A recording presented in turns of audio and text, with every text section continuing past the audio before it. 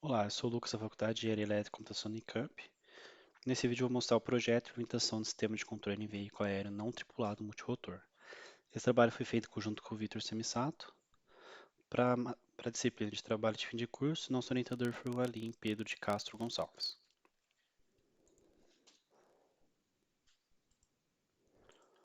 Existem vários tipos de drones. Aqui a gente pode ver o drone multirotor, asa fixa, motor único, rotor único e o híbrido, que tem tanto asa fixa como vários rotores. Para todos esses tipos de drone, os componentes de hardware são bastante parecidos. Aqui tem um exemplo com o controlador CC3D, que é um controlador open source, e a função dele aqui é fazer a interface com os controladores de velocidade, que fazem a interface com os motores, módulo GPS, fazer aqui a comunicação com a estação em solo, e também ele tem um sensor de posição para saber a, os estados do drone relacionados à posição e rotação.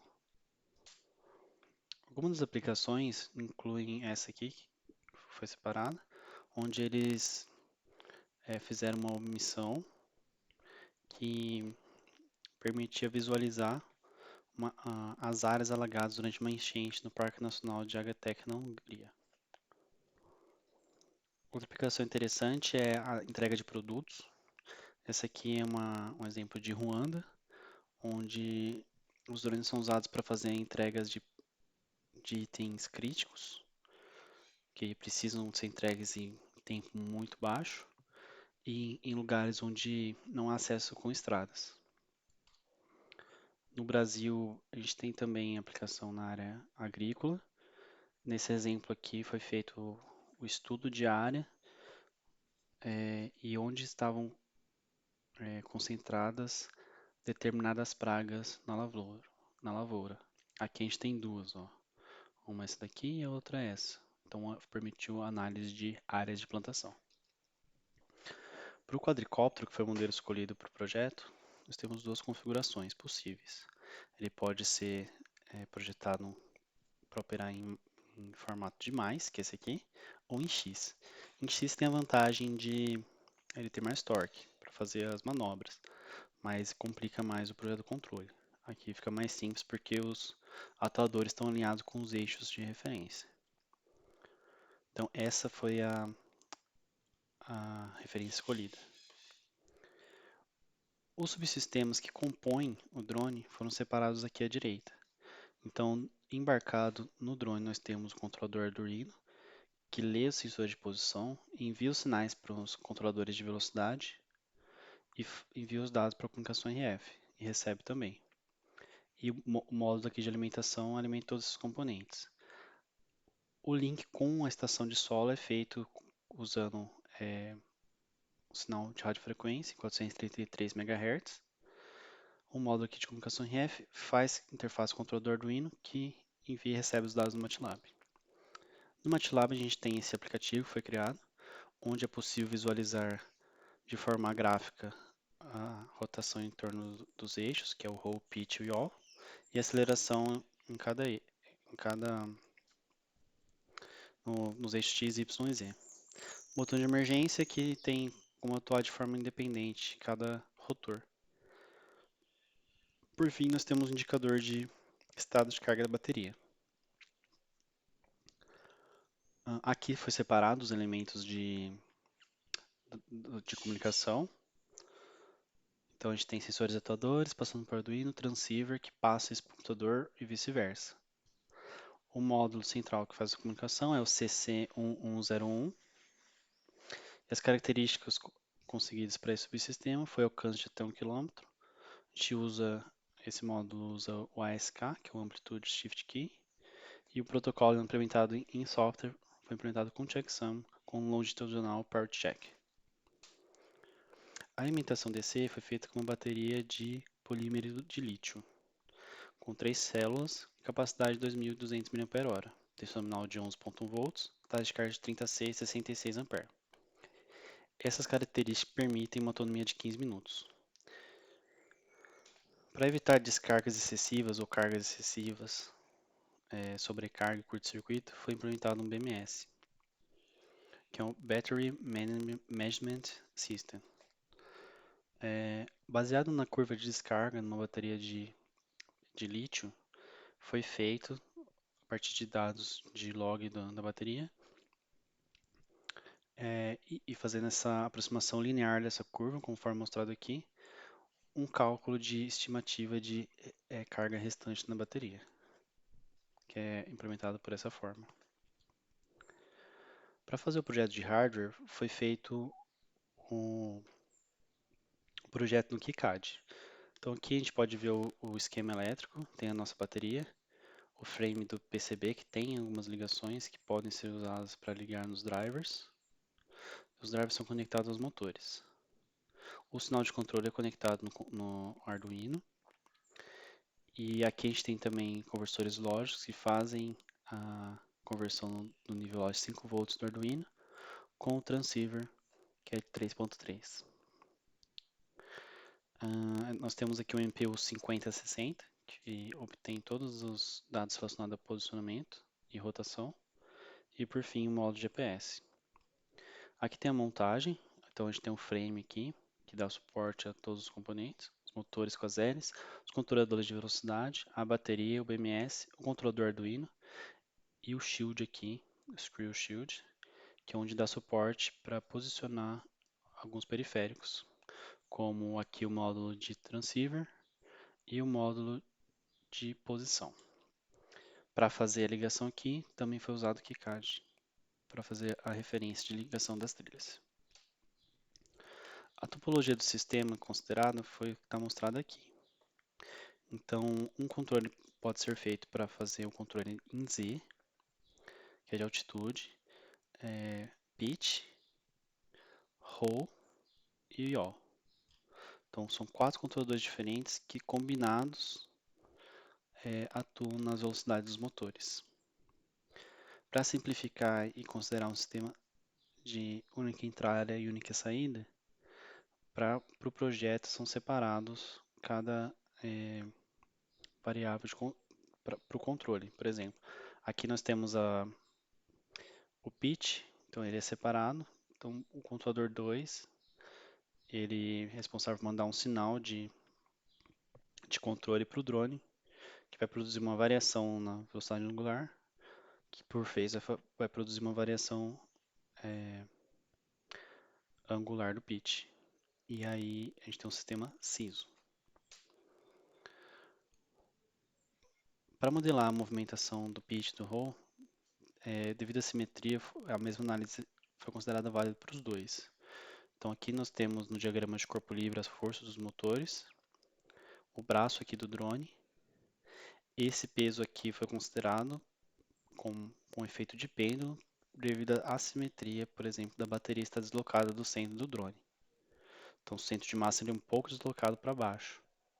E esse peso aqui pode ser devido a uma diferença de massa entre os dois braços.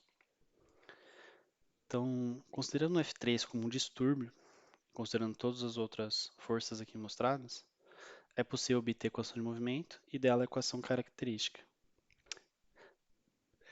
Perdão, a função de transferência mostrada aqui. Considerando um controlador do tipo PID e um sistema de segunda ordem, é possível traçar no plano complexo, baseado num tempo uma taxa sobre sinal de 15% máxima, um tempo de estabilização máximo de 10 segundos, um tempo de subida de 4, uma região no plano complexo, onde se os polos do sistema for localizado nessa região, ele atende a esses requisitos de projeto. Então, considerando esses critérios, foram colocados esses polos nessas posições. Comparando esses polos, a locação desses polos com a equação característica do sistema, é possível encontrar referência para as constantes do termo derivativo proporcional integral, como mostrado aqui. O yaw ele surge da reação que é produzida quando o motor acelera as hélices. Então, por exemplo, aqui a gente tem a aceleração, que produz um torque. O motor produz um torque para acelerar a hélice, só que um torque de reação ocorre no frame, que é o que está mostrado aqui. Esses torques de reação eles podem ser deslocados para o centro de massa, e a ação desses torques no frame gera um movimento de yaw.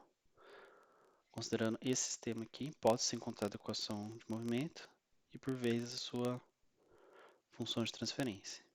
Considerando um controlador tipo PID e os mesmos critérios de desempenho do Roll e Pitch, nós temos referência para encontrar as constantes para o termo derivativo proporcional integral.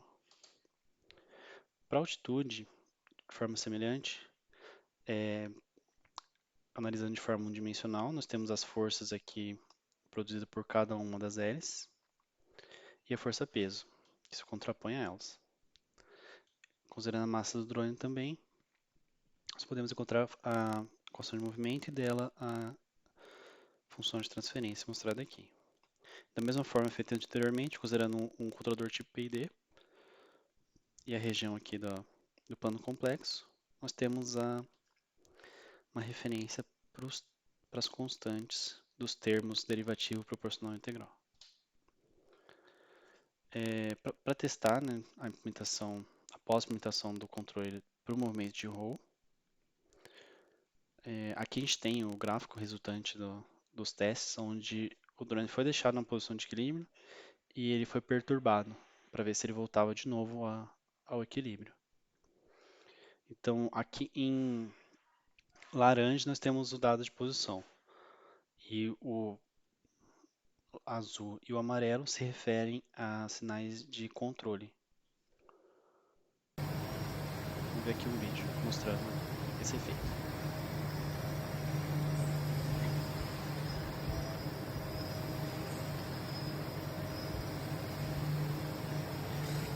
Então aqui nós vemos que tem um tempo um pouco elevado para a estabilização, mas o drone consegue voltar à posição de zero novamente.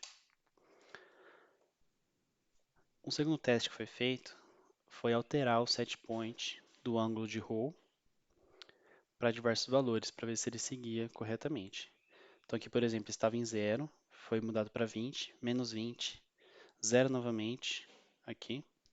Então 0, 20, menos 20, 0, 25, depois menos 25. Aqui a gente consegue ver que, embora o tempo de estabilização possa ser mais alto em alguns casos, por exemplo aqui, demorou quase 10 segundos, ele segue a referência dada pelo setpoint. Então, combinando o roll e pitch, o drone foi posicionado em cima de uma bolinha para ver se ele conseguia manter o equilíbrio.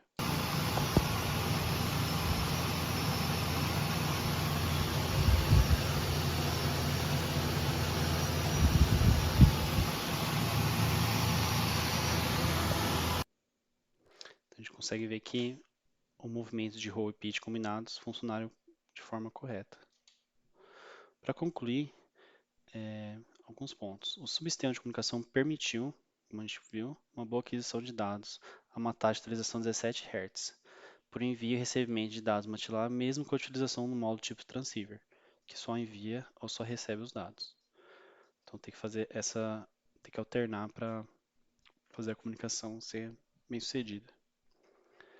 A gente conseguiu ter a estabilidade no controle do roll e pitch, no entanto, alguns tempos de estabilização foram altos, na ordem de 10 segundos.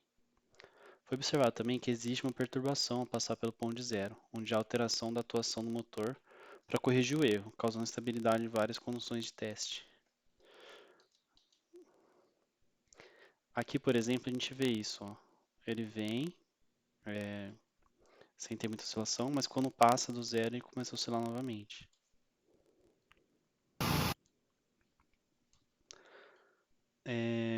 Não foi possível aumentar muito mais os ganhos nos testes devido à segurança pessoal dos equipamentos. Senão o sinal de atuação para realizar a correção do erro ficava muito alto, causando risco. No geral, o sistema teve um ótimo desempenho.